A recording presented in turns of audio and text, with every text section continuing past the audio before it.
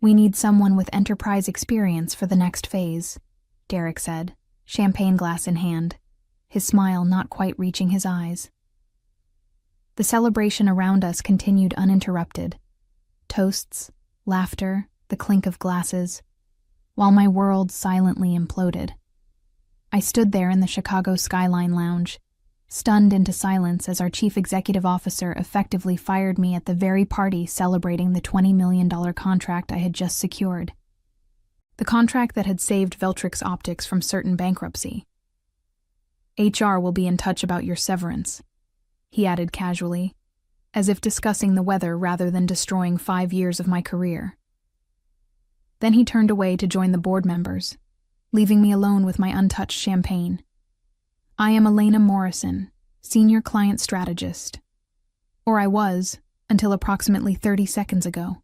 At 39, I had devoted countless hours building relationships across continents, taking red-eye flights, and sacrificing personal milestones to bring this deal home. Tonight should have been my crowning achievement. Instead, I stood frozen, watching Derek introduce Bradley Thompson, my apparently more enterprise-experienced replacement, to our investors. I took a deep breath, set down my glass, and surveyed the room. No one was looking my way. The celebration of Veltrix's miraculous financial turnaround continued without a hitch, while I processed the fact that I was now disposable, expendable. A ladder to be kicked away once they'd reached the desired height. I thanked a few team members who had worked with me, careful not to reveal what had just happened. Then I slipped out before dessert was served, leaving through the service exit to avoid any awkward goodbyes. The night air hit me as I stepped onto the street, simultaneously sobering and clarifying.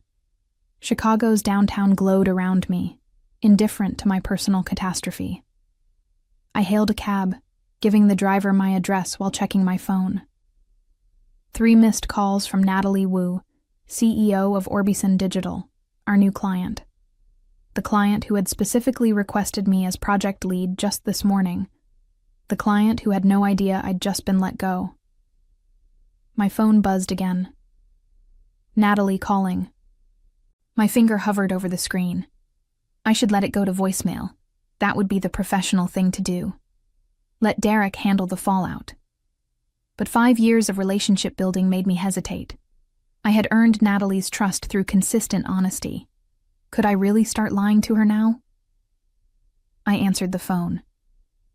"Elena, I've been trying to reach you. Just wanted to say congratulations again on the contract." Natalie's voice was warm, excited. A warning flashed in my mind. There was something I didn't know yet. Something important that was about to unfold. I felt it in my bones. I've always been a strategist by nature, even before it became my job title. Growing up in a family of 8 children taught me to plan ahead, anticipate needs, and recognize which battles were worth fighting. When my mother got sick, I was the one who created the care schedule, researched treatment options, and explained complex medical terms to my siblings. When she passed, I handled the arrangements while my father retreated into grief. I was 17. Those early lessons in crisis management served me well throughout my career. I rose quickly at Veltrix Optics, from marketing coordinator to client liaison to senior client strategist in just 7 years. I had a particular talent for understanding what clients needed, often before they knew themselves. That's how the Orbison Digital relationship began. 5 years ago, they were a promising startup with innovative technology but limited resources. I recognized their potential when others saw only risk. I convinced Derek to offer them favorable terms when everyone advised against it. "They're too small," the board had said. "Not worth the investment." But I saw Natalie's vision. I believed in her leadership. Most importantly, I recognized that we could grow together. Veltrix providing the specialized optical components her technology required, and Orbison pushing us to innovate beyond our comfort zone. For 5 years, I nurtured that relationship. I stayed up for 2 a.m. calls when Natalie was in Asia. I traveled to their offices monthly. I learned their business thoroughly enough to anticipate their needs. I protected them from Veltrix's occasional corporate heavy-handedness. When Orbison's breakthrough came, a revolutionary new augmented reality system requiring custom optics, I was the one who structured the massive deal that would benefit both companies. A $20 million contract that arrived just as Veltrix was facing a critical cash shortage following a failed product launch and manufacturing issues. My deal had saved the company, and my reward was termination. "Elena, are you still there?" Natalie's voice pulled me back to the present. "Yes, sorry," I replied, my mind racing. "Just stepped outside for some air. I wanted to tell you how excited our team is to have you leading this project. Your understanding of both the technical and business sides is why my board approved such a large commitment." My heart sank. Natalie had no idea what had just happened, and apparently Derek hadn't bothered to inform her about my replacement. "That's very kind," I managed, buying time as I weighed my options. "Actually, I just emailed the detailed requirements document to your team, with you copied. We're ready to move fast." I needed to make a decision, right now. Should I tell her the truth? Let Derek handle it? Or was there another option, one that might serve justice while protecting my future? "Natalie, there's something you should know," I began, stepping out of the taxi at my apartment building. "The celebration tonight wasn't just about the contract. There were some organizational changes announced as well." A pause. "What kind of changes?" I leaned against the stone facade of my building, gathering courage. "Derek has decided to replace me as lead on the Orbison project. They're bringing in someone with more enterprise experience." His words. The silence on the other end stretched for several seconds. "That's unacceptable," Natalie finally said, her voice hardening. "We signed this contract with the explicit understanding that you would be leading the implementation. Your expertise and understanding of our technology is irreplaceable." I closed my eyes, relief and vindication washing over me. "Thank you for saying that." "I'm not just saying it. I mean it. This changes everything." Her voice had taken on the steel edge I recognized from negotiations. "Do they understand that your involvement was a key condition of our agreement?" "I don't think so," I admitted. Derek seemed caught up in the celebration. He probably assumes the contract is secure regardless of who's managing it. Another silence. I could almost hear Natalie thinking. "Elena, I need to make some calls. Can we talk again first thing tomorrow?" "Of course," I agreed, though I wasn't entirely sure what my position would be by morning. After ending the call, I entered my apartment and kicked off my heels. The city lights twinkled through the floor-to-ceiling windows, normally a view I cherished. Tonight, they seemed to mock my sudden professional freefall. I opened my laptop and began drafting 3 separate emails. One to Derek outlining my accomplishments and questioning the timing of this decision. One to Human Resources requesting formal documentation of my termination. And one to my network announcing my sudden availability for new opportunities. But I didn't send any of them. Not yet. Instead, I opened a bottle of wine and began reviewing the detailed project requirements Natalie had mentioned. The document was extensive. Hundreds of pages of technical specifications, timelines, and dependencies. I was one of perhaps 5 people at Veltrix who could truly understand its complexity. Bradley Thompson, my replacement, certainly wasn't one of them. My phone buzzed with a text from my colleague Olivia. "What happened? You disappeared from the party. Everything okay?" I stared at the message, considering how much to reveal. Olivia was trustworthy, but she also reported to Derek. Before I could decide, another text arrived.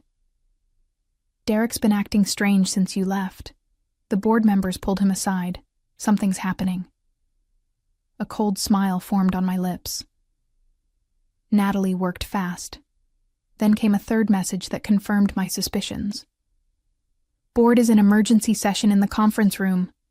Derek looks panicked. "What did you do?" I set my phone down without replying and took a sip of wine. The board was discovering what Derek should have known all along. I wasn't just a strategist, I was the relationship. And relationships once broken aren't easily fixed. For the first time since hearing Derek's dismissive words, I felt my confidence returning. The setback still stung, but now I sensed an opportunity forming, one that would either reinstate me with enhanced authority or catapult me to something better. Either way, Derek's champagne would soon taste very bitter indeed. Morning arrived with a vengeance. My phone vibrated itself nearly off the nightstand. 17 missed calls, 32 text messages, and 47 emails. Most were from Veltrix board members, executives, and the Human Resources Department. I ignored them all, focusing instead on my coffee and the email that had arrived at 6:07 a.m. from Natalie. "Elena, I've made my position clear to the Veltrix board. Call me when you're ready to discuss next steps." I smiled into my coffee cup. Veltrix's desperation was palpable, but I wasn't ready to engage yet. Let them stew in the consequences of Derek's impulsive decision. At precisely 9 a.m., my doorbell rang. I opened it to find Jacob Wells, chairman of the Veltrix board, looking harried in an expensive suit. "May I come in?" he asked, his usual confidence noticeably diminished. I gestured him inside, maintaining professional courtesy despite my inner satisfaction at his obvious discomfort. "Elena, I'll get straight to the point," Jacob began once we were seated. "There's been a terrible misunderstanding regarding your position." "A misunderstanding," I repeated flatly. "Is that what we're calling it when the CEO fires someone at the celebration of their biggest achievement?" Jacob winced. "Derek was premature in his communication with you. The board had not approved any staffing changes for the Orbison project." "Interesting." I kept my expression neutral. Yet he seemed quite confident while holding his champagne glass. He overstepped, significantly. Jacob's jaw tightened momentarily. "We've spent the night in emergency sessions after receiving multiple calls from Natalie Wu. She made it extremely clear that without you, there is no contract." And there it was, the nuclear option Natalie had deployed on my behalf, my leverage. "So Derek made a unilateral decision that jeopardized a $20 million contract," I summarized. "That seems like a significant leadership failure." Jacob's expression confirmed I'd hit the mark. "The board shares your concern." "And yet you're here instead of Derek," I observed. "Why isn't he apologizing himself?" Jacob shifted uncomfortably. "Derek is addressing other aspects of this situation." Translation: Derek was fighting for his job. "What exactly are you offering, Jacob?" "Full reinstatement as senior client strategist, with a substantial retention bonus, plus leadership of the Orbison implementation team, reporting directly to the board instead of through normal management channels." The offer was impressive, but incomplete. "And Bradley Thompson?" Jacob grimaced. "He'll be reassigned to another department." I took a slow sip of coffee, letting silence fill the space between us. Jacob began to fidget, a tell I'd observed in board meetings when he was anxious. "I'll need time to consider," I finally said. "Time is something we don't have," Jacob responded, his voice tightening. "Natalie has given us until noon to confirm your participation, or they begin reviewing their legal options for withdrawing." I raised an eyebrow. "So you need my answer in—" I checked my watch. 3 hours? "Ideally sooner." I stood up, signaling our conversation was ending. "I'll call you before noon." As I closed the door behind a clearly unsatisfied Jacob, my phone buzzed with a text from Olivia. "Derek cleaning out office. Board forcing resignation." Followed quickly by, "Confirmed. Derek out. Jacob acting as interim CEO." This changed everything.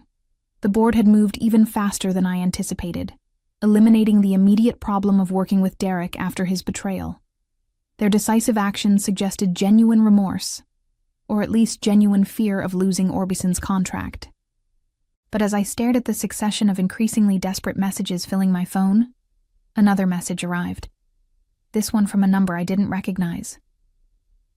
"Ms. Morrison, I'm Thomas Blackwood, CEO of Crystalfin Audio. We should talk about your future. Lunch today?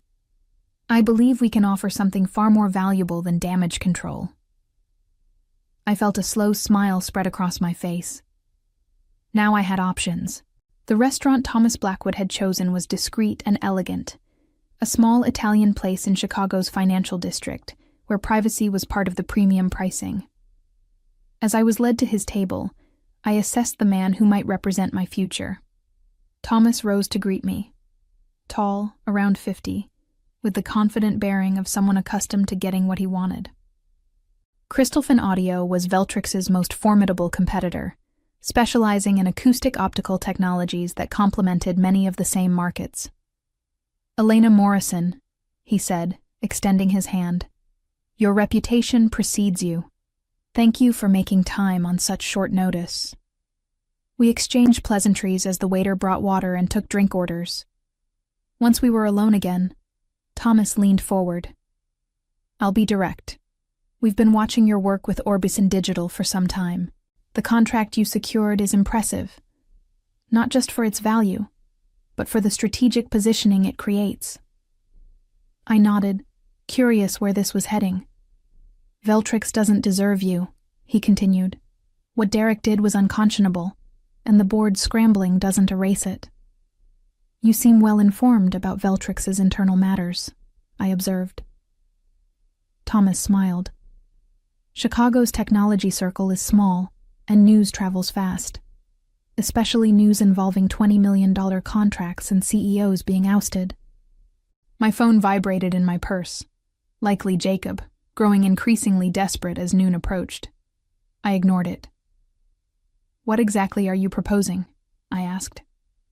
Executive Vice President of Strategic Partnerships at Crystalfin. Double your current salary, significant equity, and a seat on our executive committee. The offer was stunning, far beyond what I had expected. That's very generous. It's not generosity, it's strategy, Thomas corrected. We want the relationship you've built with Orbison. We want your ability to structure complex deals. Most importantly, we want to deny these assets to Veltrix. There it was, the real motivation.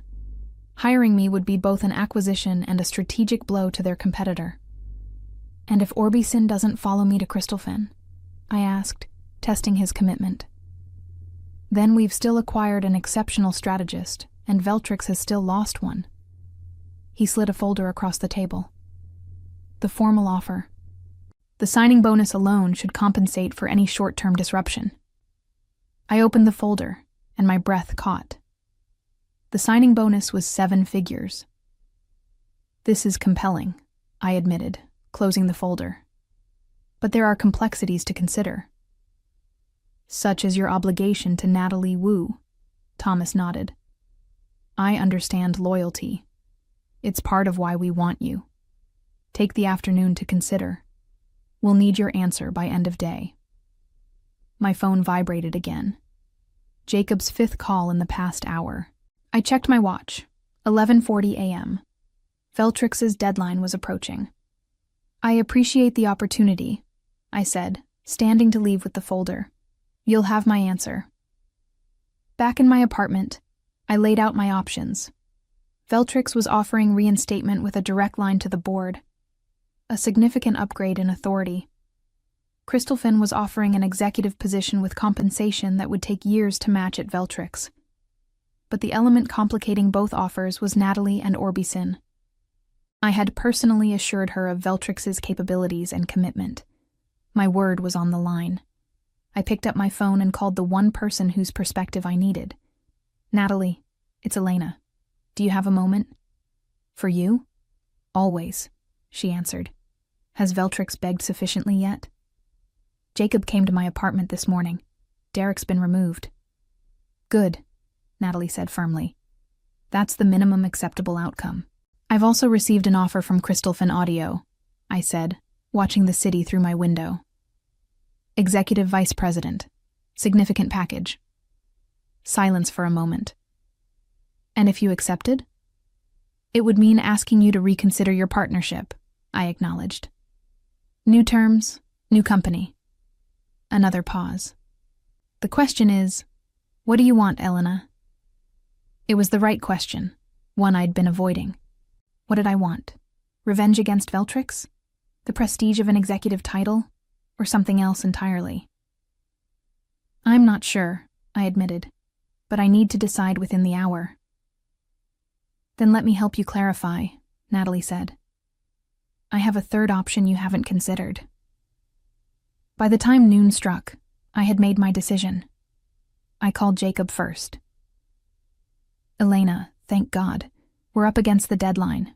What's your answer? His voice carried the strain of a man whose career might hinge on my response. I'm declining your offer, Jacob. A sharp intake of breath. Elena, please reconsider. Whatever Crystalfin offered, we'll match it. So he knew about my lunch with Thomas. The technology circle was indeed small. This isn't about compensation, I explained. It's about recognition and respect. Something that should have come before the crisis, not after it. We can address those concerns, Jacob promised desperately. Just don't leave us hanging with Orbison. I've already spoken with Natalie. She's aware of my decision. Silence, then. So we've lost the contract. His voice was flat with defeat. Not necessarily. Call Natalie yourself. She'll explain the conditions under which Orbison might still work with Veltrix. I ended the call and immediately dialed Thomas. Elena, he answered smoothly. I hope you're calling with good news. I appreciate your offer, Thomas, but I'm declining. Unlike Jacob, Thomas didn't immediately protest. May I ask why? If it's the compensation, we have flexibility. It's not the money, it's the positioning. You're offering me a role where my value is defined by what I cost Veltrix. That's not sustainable. Thomas chuckled softly. Perceptive and correct. What's your alternative? Something more aligned with my long-term interests. Intriguing. Well, the door remains open should your new path not meet expectations. I thanked him and hung up, then opened my laptop to draft the most important email of my career. A resignation letter to Veltrix's board, effective immediately. Within the hour, my doorbell rang again. This time, it was Natalie. Are you sure about this? She asked as I welcomed her inside. Absolutely, I confirmed, pouring us both coffee. Though it's not without risk. The best decisions rarely are, she smiled, setting a leather portfolio on my coffee table. The incorporation papers are ready. Once you sign, OptiBridge Consulting officially exists. This was the third option Natalie had proposed, starting my own consulting firm, with Orbison as my first client. The contract would be restructured. Veltrix would still provide the components, but I would manage the implementation independently. The board at Veltrix is in chaos, Natalie reported. Jacob called me immediately after speaking with you. I laid out the new terms. They keep the manufacturing contract only if they agree to work with OptiBridge as the implementation partner. And, I prompted, they're desperately reviewing the legal implications, but they'll agree. They have no choice. I signed the incorporation papers, feeling the weight of the decision. I was now a business owner, not just a strategist. The risks were substantial, but so was the potential. There's one more thing, Natalie said, pulling out another document. Orbison is prepared to provide seed funding for OptiBridge in exchange for a minority stake. Enough capital to hire a small team immediately. I stared at the proposal, momentarily speechless. This wasn't just a new job. It was a complete transformation of my career trajectory. Why are you doing this? I asked finally. Natalie's expression grew serious. Because talent like yours shouldn't be at the mercy of people like Derek. Because I believe you'll build something remarkable. And, she smiled, because it's good business. We get the expertise we need while investing in a promising venture. As I signed the investment agreement, I reflected on how dramatically my circumstances had changed in just 24 hours. From terminated to business owner. From employee to partner. Derek's champagne toast now seemed like a distant memory, the inadvertent catalyst for something far more significant than a mere corporate position. Sometimes, being underestimated is the greatest advantage of all. 3 months later, I stood in OptiBridge's new offices in downtown Chicago, watching my team of 12 consultants working on projects for 4 different clients. The seed funding from Orbison had allowed me to recruit top talent from across the industry, including, to my particular satisfaction, Olivia from Veltrix, who now led our technical integration team. The Orbison implementation was proceeding flawlessly under our guidance, with Veltrix grudgingly fulfilling their manufacturing obligations according to the renegotiated contract. Their margins were significantly reduced from the original agreement, a financial consequence that had further destabilized their leadership after Derek's departure. My phone buzzed with a text from Natalie. Board meeting successful. Additional funding approved for Phase 2. Dinner to celebrate? I smiled and confirmed. Orbison was thriving with our partnership, already discussing expansion beyond the initial contract scope. The trust I had built with Natalie was proving more valuable than ever. My assistant knocked on my office door. "Elena, Jacob Wells is here to see you. No appointment." I raised an eyebrow. The last I'd heard, Jacob had been struggling as interim CEO at Veltrix. "Send him in." Jacob looked noticeably older than when I'd last seen him, stress evident in the new lines around his eyes. "Thank you for seeing me," he said, declining my offer of a seat. "I'll be brief. Veltrix is considering a strategic reorganization, and the board has authorized me to explore all options." "What kind of options?" I asked, though I suspected the answer. "Acquisition, by OptiBridge." I nearly laughed at the irony. "You want me to buy the company that fired me?" Jacob winced. "The board recognizes the unfortunate history, but Veltrix has valuable manufacturing capabilities that would complement your consulting services. The valuation would be reasonable." "Reasonable meaning significantly discounted from 3 months ago," I observed. Jacob didn't deny it. "We've lost several key clients following the Orbison restructuring. Our stock has adjusted accordingly." I allowed myself a moment to savor the completeness of this reversal. The company that had dismissed me was now effectively offering itself to me at a bargain price. "Leave the proposal," I said. "I'll review it with my team." The acquisition proposal sat on my desk for a week while I conducted due diligence. Veltrix's situation was worse than Jacob had admitted. They were hemorrhaging talent, struggling with production delays, and facing a significant cash shortfall by quarter's end. Yet their manufacturing infrastructure remained valuable, and properly managed, could become a significant asset for OptiBridge. The vertical integration possibilities were compelling from a business perspective. I called Natalie to discuss the opportunity. "It's poetic justice," she said after I explained. "But is it good business?" "With the right restructuring, yes," I responded. "Their optical manufacturing complements our strategic consulting. We could offer end-to-end solutions that neither Veltrix nor OptiBridge can provide independently. And the board that approved your termination?" "Would be dissolved upon acquisition," I confirmed. "New leadership, new direction." Natalie was quiet for a moment. "You've come full circle, then. From being discarded by Veltrix to becoming its owner." "If we proceed," I cautioned. "I'm still evaluating options." After ending the call, I reviewed the detailed valuation analysis my financial team had prepared. The numbers supported acquisition at the proposed price, but something felt unresolved. I opened my laptop and searched for news about Derek. According to industry publications, he had landed at a small startup in Austin, a significant step down from his previous position.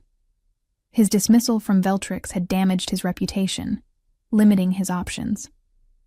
Part of me had expected to feel more satisfaction at his downfall. Instead, I felt strangely detached. Derek had been the catalyst for my current success, albeit unintentionally. Without his short-sighted decision, OptiBridge wouldn't exist. I closed the search and turned back to the acquisition proposal. The revenge narrative no longer seemed relevant. This wasn't about getting back at Veltrix or Derek. It was about building something meaningful from an unexpected opportunity. The next morning I called Jacob with my decision. OptiBridge will acquire Veltrix with conditions, I informed him. The manufacturing division remains intact, but will restructure management completely. Jacob sounded relieved. The board expected as much. They'll accept reasonable terms. One more thing, I added. I want the champagne flutes from the celebration party 3 months ago. The champagne flutes? Jacob sounded confused. Yes, the ones used for toasting when I was let go. Consider it a personal memento. A symbolic request, perhaps, but meaningful to me. Those glasses had witnessed both my professional low point and the beginning of my transformation. They would serve as a reminder that endings often conceal new beginnings. Jacob agreed without further question, likely relieved the demands weren't more severe. As I hung up, I looked out at the growing OptiBridge team. We were about to expand dramatically, integrating Veltrix's manufacturing capabilities with our strategic consulting. The challenges would be substantial, but so was our potential. The journey from that painful night to this moment of triumph had been swift and unexpected. Derek's dismissive words, "We need someone with enterprise experience," now seemed laughably myopic. I had built an enterprise from scratch in just 3 months, one that was now powerful enough to acquire his former company. Sometimes the most satisfying revenge isn't about getting even. It's about moving forward so decisively that the past becomes irrelevant. As I watched my team, I realized I no longer needed Veltrix's champagne glasses to remind me of how far I'd come. I was writing a new story now, one that no longer featured Derek as the villain. Instead, I would focus on the future, my company, my vision, my success. That was the true victory.